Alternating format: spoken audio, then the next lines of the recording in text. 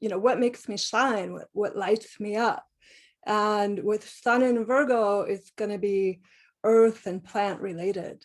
However, having it in my 11th house, although I have a family background as farmers and gardeners, I didn't really get into the herbs until like maybe the last 5 to 10 years was when I really dived into herbal studies in a deeper way.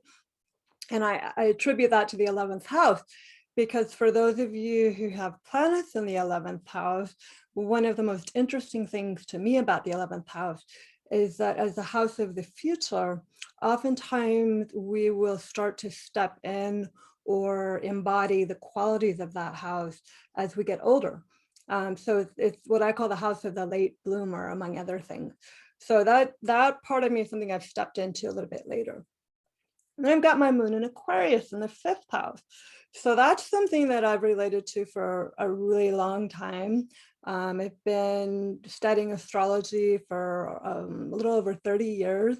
And astrology and the stars and the heavens and that whole Aquarian realm, activism is something I was involved in for a long time.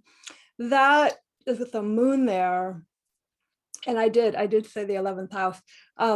With the moon in Aquarius, that's what feeds my soul. That's what opens up my heart.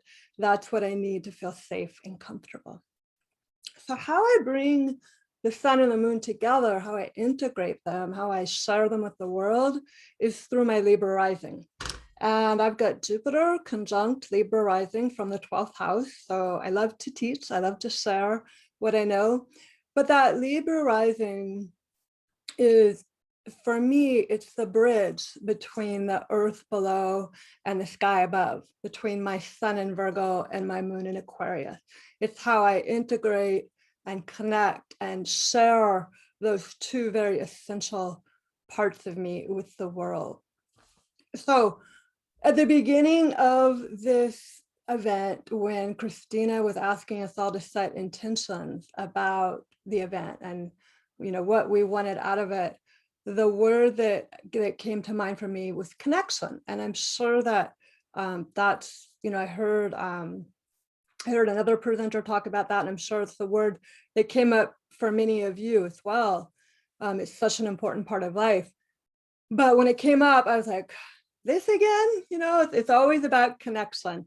And for me, that is an essential part of the work that I do, is building connections between people, building connections between plants and planets.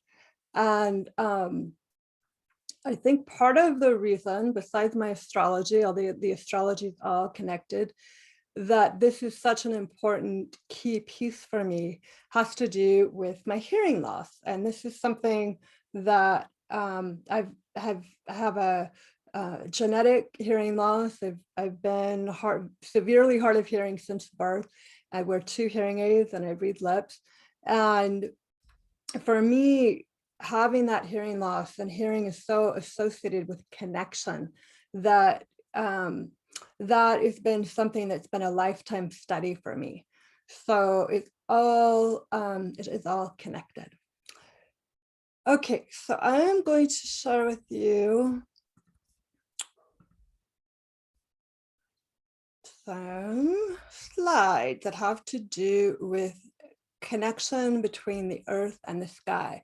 And one of the starting points that many of you are probably familiar with this quote, as above, so below. And to me, again, that is that connection of above and below. That quote comes from a 6th century Arabic source that was paraphrased in a text called the Emerald Tablet. And it comes from the Latin, that which is above is like to that which is below. And that which is below